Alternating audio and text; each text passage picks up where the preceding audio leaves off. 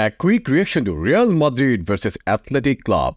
Luis Garcia. Luis, the hopeful, the optimistic Barcelona fans maybe were thinking, right, where between now and the end of the season... You mean Luis? Say again? You mean Luis? What did I call him? What did I call Luis? No, you were talking about Barcelona fans. Oh, I see, and that's all right. So, See, even his colleagues know how biased he is for Barca. So, Luis, can you not interrupt when I'm doing links, please? Yeah, I'm trying to do the show. Jumping in. Barcelona, even the most optimistic Barcelona fans, like yourself, Luis, could have a look at the fixtures between now and the end of the season, and you look at Athletic Club and what they can offer and what they can do on their night, and you thought maybe, just maybe, they could take a point from Real Madrid here. They didn't at all, and Real Madrid are going to win La Liga. And it's the way it is. And we've been waiting for Girona to arrive and get something, or Villarreal, or Osasuna, and in the end, no one managed to arrive to the Bernabeu and put a test on Real Madrid's side. And Real Madrid, it was just cruising, not even saying third gear. They were just waiting to see what the Athletic Club was going to propose. And they just found a goal from nowhere, and they just wait. And Athletic Club, they were not doing nothing. In the second half, they put a little bit of pressure, changes by the manager, by Valverde, trying to be more aggressive, to bring more people into the box, because definitely no Sancet, no Guruceta were receiving balls. And what we got, it was more space for Real Madrid to get advantage. And we saw, once again, Rodrygo showing what it is, a fantastic and in a great moment. And that finish in the second goal proves that he's been an outstanding player during the whole season. So once again, cruising mode for Real Madrid, and I think that is Real Sociedad somewhere there, and a couple more teams could face something or take something from this Real Madrid, but I don't think it's going to happen. So Real Madrid probably is going to win La Liga at the end of the season. So Luis was expecting other teams to take some points away from Real Madrid so that his favorite team, Barca, have a chance to win La Liga title. All I would say, if Real Madrid wins their game, if they win their next El Clasico game against Barca, it's over. The title is over, official. Being said that in terms of performance evaluation today, I don't disagree much with Luis Garcia. Both teams played a little bit subpar to their level. This match has not much intensity compared to that we hypothetically predict. Like when you see a match between Athletic Club, who are one of the best in terms of pressing, and then Real Madrid, you would expect super exciting match, but that wasn't the case. Being said that, don't forget, most of the players, even the coach himself of Athletic Club, were thinking about their next game. They're thinking about Copa del Rey final. So maybe that's also kind of affected their mentality. Although first half was a little bit subdued performance by both teams, in second half, we saw increased intensity from both teams.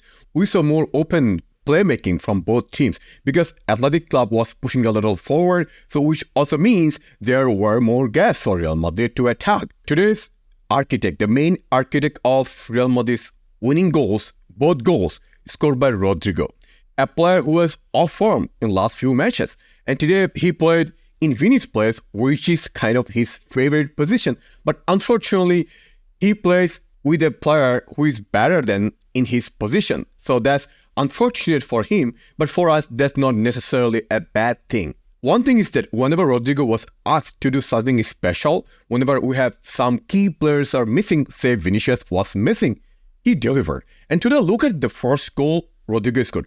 What a stunner goal. As Luis Garcia pointed out, that was totally against the match. We were just defending before that goal, and that goal came out of nowhere. For that goal, you have to give credit to Brahim Diaz because he switched the play from right to left, and also you also have to credit Jude Bellingham. When Rodrygo was having the ball, look at how many players Jude Bellingham took away and to create a space for Rodrygo. Because when Jude Bellingham made a run in the box, he took away at least two players with him. Of course, the Clasico as well at the Santiago Bernabeu between now and the end of the campaign. It's interesting, a lot of talk about how can Mbappe play with Vinicius Jr. when he comes, how that lineup looks, Stevie. If you're Rodrygo, what are you thinking in the summer? I think if you're Rodrygo and you're realistic, you're thinking, am I going to be part of this starting 11? Yeah. Which when you think about what he's been doing this season, it almost seems a little, really? I mean, we talked about it before this game. Whenever whenever he's been called upon, whenever he's really been needed, whenever Vinny's went out injured or suspended and he's been asked to take up the baton, he's done it every time, and he's done it again today. So he deserves to be playing. But how? But how? You can't play everybody. Yeah. So that's why Real Madrid are lucky that they've got a guy called Ancelotti in charge. Because if anybody can handle this situation when it comes along next year, he's the man. So I do have to agree with Stevie about the last point, that if there's one perfect manager to manage so many young players, it has to be Carlo. Being said that, I just don't buy the story that Rodrygo will lose his position in this team, in his starting 11. Why? Because if you look at our formation this season, the diamond formation was created because we don't have a pure number 9, a world-class number 9, right? So we have to make something different. And we had a player like Jude Bellingham, so we could also take best out of him. However, when we have a player like Mbappe coming to this team next season, we don't have to stick to diamond formation anymore, right? We can play 4-3-3. So if we play 4-3-3, Rodrygo on the right, Mbappe top, and Vini on the left, I see no problem.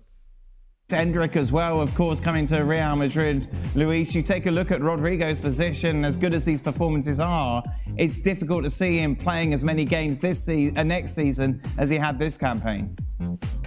Yes, of course. We don't have to forget that in the end, Real Madrid plays around 70 games a season, and they're going to need from every one of them. We thought in the beginning that maybe with Joselu arriving and Brahim Diaz and Jude Bellingham and Vinicius, they were not going to have a lot of minutes, all of them. And you've seen that every one of them have been needed.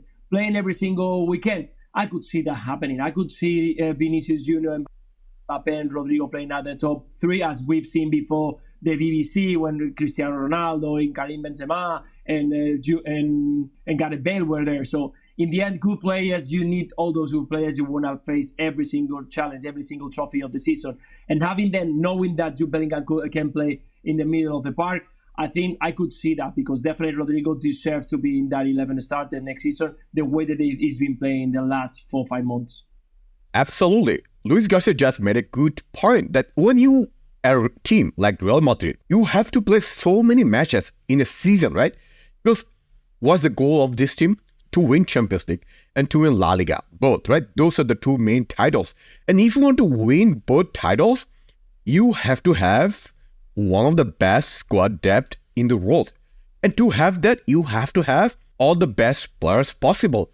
So having players like Rodrygo, and you have Arda Güler on the bench, and then you have Brahim Diaz, then you have Hendrick coming, I see absolutely no problem.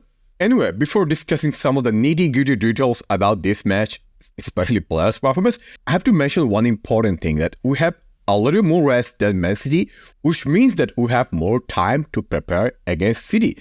In fact, if you watched today, like Man City's performance against Arsenal, after watching that match, I'm more optimistic that we can actually win this game. And we'll discuss that more in details in the next video, where we'll discuss about the prediction for Man City versus Real Madrid game. Now, if we would like to discuss about our players' performance, I would say, for the man of the match is super easy, right? It's Rodrygo. And then if you look at other players' performance, I would say for Jude Bellingham's performance, first half was a little bit off. Again, which is understandable. All of the players came from international matches, so they're a little bit fatigued, tired. Also, they didn't play together for a while, which is understandable that they don't have the perfect chemistry. But in second half, Bellingham was way better than first half. He was making a lot of good runs, and he was creating chances. In fact, he got the assist for Rodrygo's second goal. And then Brahim Diaz, I would say not the best performance, but good performance overall. He could score one goal. I think he was unlucky where he hit the post. And then when it comes to midfield performance, Cruz, Chouamani, decent. They were solid.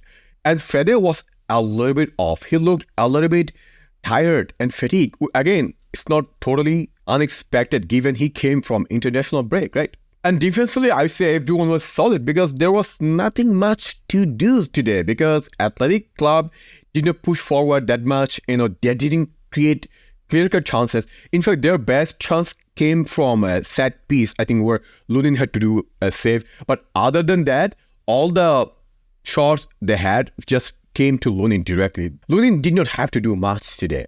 One thing I would say, I noticed Nacho played really good today. Nacho's been off if you look at his overall performance this season. I think it could be that when he saw Militao is back, maybe he has more competition. Maybe that's what motivated him a little bit. Like, he was really good defensively today. But the biggest good news from today's match was the comeback of Eder Militao. This was so vital. This is the real start of our season, like Champions League, right? So Militao just came back on time. I don't know if he's going to play next match against City. Probably unlikely because he did not have enough time. But going to second leg at Etihad, he might be ready. I think this is really, really huge for Real Madrid. Let me know, what did you think about our performance today?